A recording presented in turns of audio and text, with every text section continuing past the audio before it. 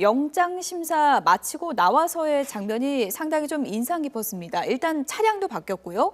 박근혜 전 대통령이 원래 그 에쿠스 차량의 뒷좌석 오른편에 탔는데 네. 오늘은 뒷좌석의 중간에 이렇게 앉게 된 거죠. 네, 그러니까 그 이제 상황 자체가 달라진 건데 예. 자택에서 이제 중앙지법으로 갈 때는 이제 전직 대통령, 그 파면당한 대통령이라도 경호의 대상이 되지 않습니까? 예. 그러니까 그거에 입각해갖고 된 거고요. 이제 실질 심사 끝나고는 이제 중앙지법에서 중앙지검으로, 그러니까 예. 법원에서 검찰로 이동하는 거 아닙니까? 그거는 검찰 측에서 제공한 차량으로 이동했기 때문에 그게 좀 이제 차종이라든가 예. 또 방식이 또 옆에 예. 또 그 양옆에 이렇게 타더라고요. 탄 거 아닙니까? 예, 그런 게 좀 달라진 것 양옆에 같습니다. 타는 거는 왜 그러는 건가요? 결국 그때부터는 이제 그 영장 실질 심사가 끝나고 난 다음부터는 예. 그 다음부터는 관할이 경호실 청와대 경호실 관할에서 이제는 법무부 관할로 넘어갔다. 이것을 상징적으로 보여주는 것인데요. 예. 옆에 탔는 사람도 그렇기 때문에 경호원들이 아닌 법무부의 검찰 직원이다라고 보면 될 겁니다.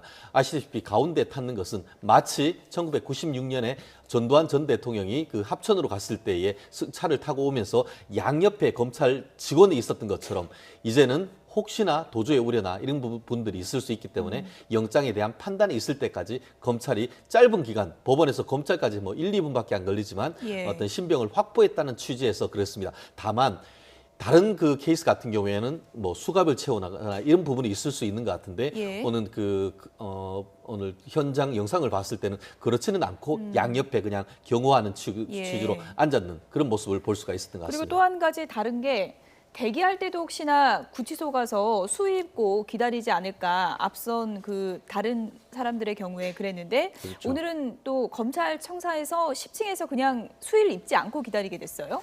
예, 그래서 예. 지난번에 이제 조윤선 장관이라든지 이런 분들은 이제 특검이 그 유치 장소가 그 서울구치소로 이렇게 명명을 했기 때문에 이제 그런 걸로 우리가 알려져 있고요. 예. 오늘 이번 같은 경우는 좀 전직 대통령에 대한 예우로서 유치 장소를 10층에 마련된 유치 시설로 딱 명기를 했기 때문에 거기에 가서 평상복 차림으로 할 수 있도록 좀 배려를 한 거다. 그래서 저는 뭐 저 부분을 굳이 이렇게 트집 잡을 일은 아니고 예. 뭐 저게 무슨 어떤 특혜적인 상황은 아니지 않느냐 하는 판단은 듭니다. 근데 이제 영장이 발부되면은 예. 모두 똑같이 해야 되겠죠. 예. 미결수와 똑같은 세계 수위를 갈아입고 똑같이 절차를 거쳐야 되겠죠. 예. 다만 실무를 제가 조금 말씀드리면은 원칙적으로 검찰 같은 경우에 특히 특수부 같은 경우에는 영장을 청구해서 실질 심사를 하고 나면은 그 특수부 검사실로 와서 대기를 합니다.